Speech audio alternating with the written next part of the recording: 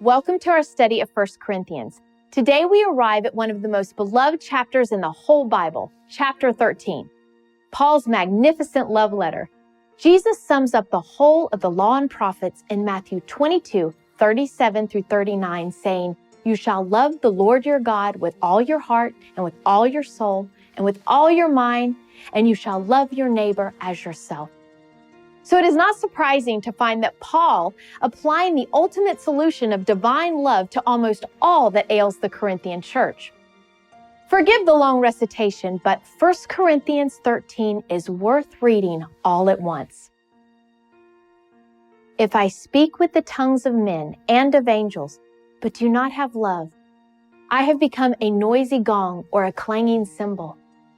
If I have the gift of prophecy and know all mysteries and all knowledge, and if I have all faith so as to remove mountains, but do not have love, I am nothing.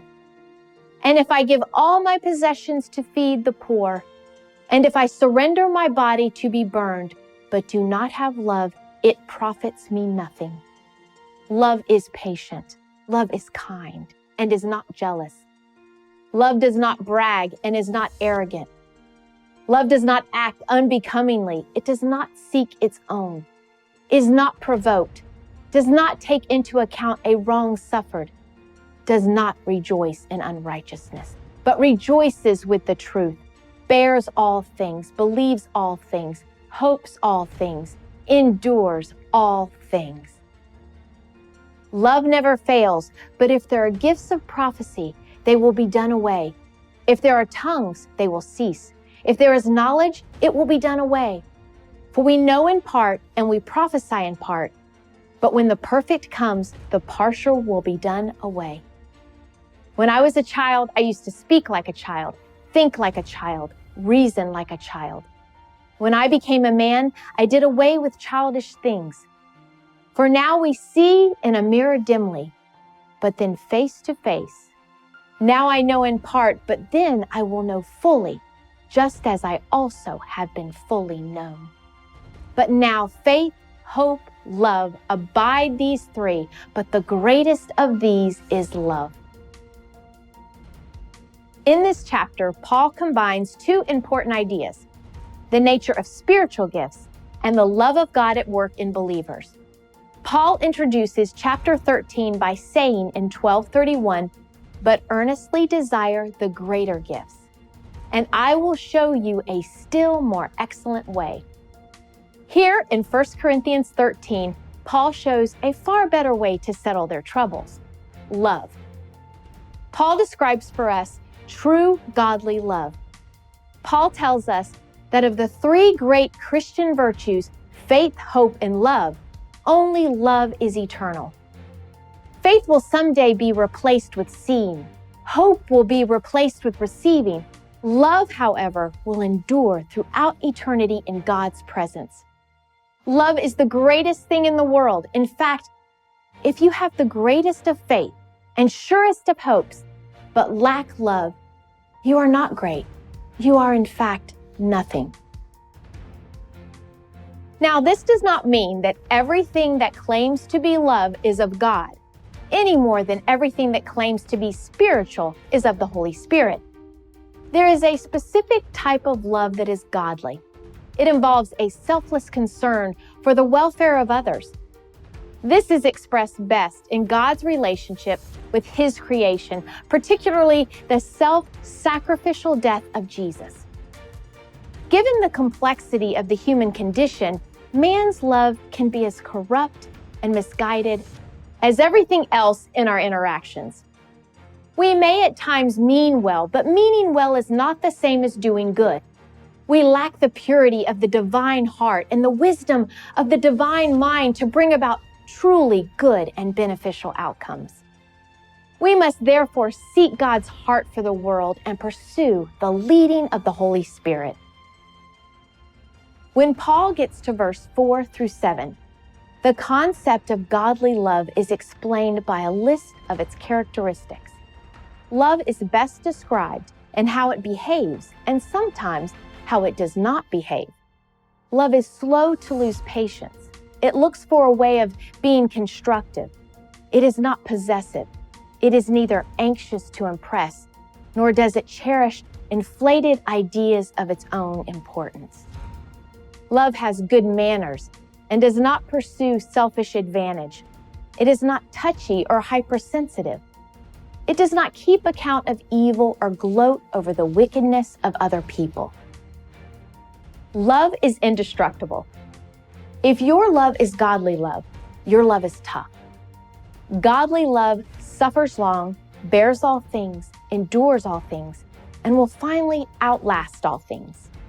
This means that if by the grace of God you love somebody with godly love, then you can say to that person, nothing you could do could ever make me stop loving you because I love you with the love of God. And God's love is tough. God's love can handle whatever you may happen to do. As such, godly love is unconditional. It can be neither earned nor lost. This, of course, is not to suggest that a spouse or a parent or even a friend will accept any type of behavior in the name of love. Some relationships must be severed under certain conditions, and that too can be an act of love. God's love does not rejoice in unrighteousness. It rejoices only in truth and fidelity. God's love disciplines. There are consequences for sin. Seeking the good of others sometimes means bringing those consequences in order to bring deliverance from the bondage of sin and to avert sin's eternal consequences.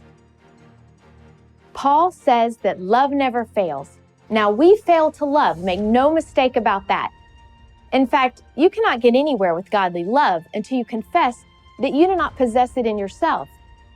We do not have what it takes to love as God loves. You do not have that kind of love in and of yourself. But again, remember where this chapter is found in the letter.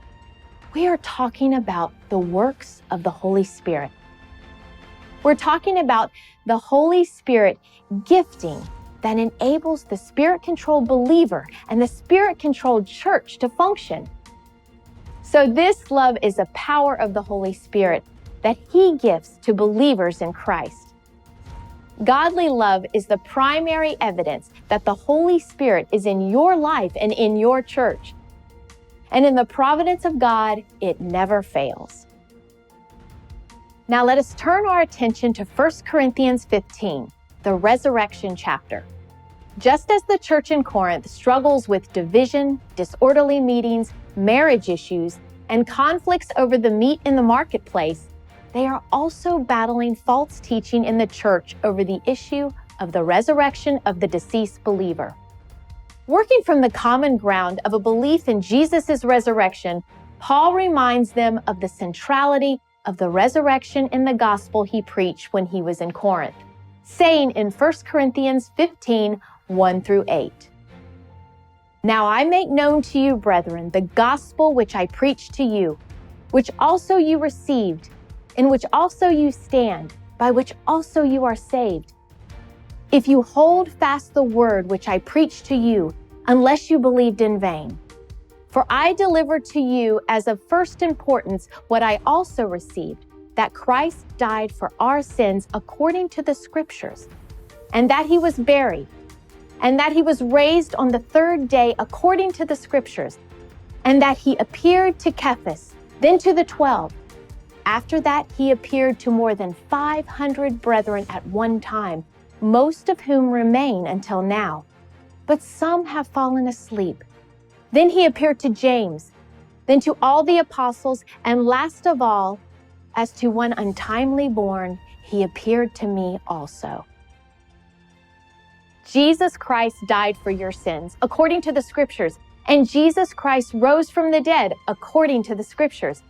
This is a sure foundation for reasoning out the issues before them. So Paul builds from here, saying in 15:12, "Now if Christ is preached, that He has been raised from the dead, how do some among you say that there is no resurrection of the dead?" Paul notes that the resurrection of Jesus and the hope of resurrection for the believer are linked together. They are of one divine promise. Indeed, he calls Jesus' resurrection the first fruits, the first taste of the coming harvest. If Christ was raised, then the faithful will also be raised. It goes both ways. Paul says that if the deceased believers are not going to be resurrected, then neither was Christ raised. If Christ was not raised from the dead, then we are all lost in our sins because Christ's sacrifice was not accepted. Indeed, what did they imagine Jesus was purchasing through his death and resurrection, if not salvation beyond the grave? What was the point of Jesus becoming what he became in resurrection, if not as a fulfillment of the great promises of old for all of those who follow him? When we see him, we shall become like him, for we shall see him as he truly is. Some unbelievers attempt to mock this, posing supposedly unanswerable questions like, so what kind of body do they get? Paul answers from Jewish hopes and Jesus' reality. He goes into some detail. He says in 1 Corinthians 15, 42 through 49, so also is the resurrection of the dead. It is sown a perishable body. It is raised an imperishable body. It is sown in dishonor. It is raised in glory. It is sown in weakness. It is raised in power. It is sown a natural body. It is raised a spiritual body. If there is a natural body, there is also a spiritual body. Next, Paul addresses a question about what will come of those still alive when Jesus returns. Paul teaches the Thessalonians and these Corinthians that the resurrection of the believers will take place at the return of Christ. He says in 1 Corinthians 15, 50 through 57, now I say this, brethren, that flesh and blood cannot inherit the kingdom of God, nor does the perishable inherit the imperishable. Behold, I tell you a mystery.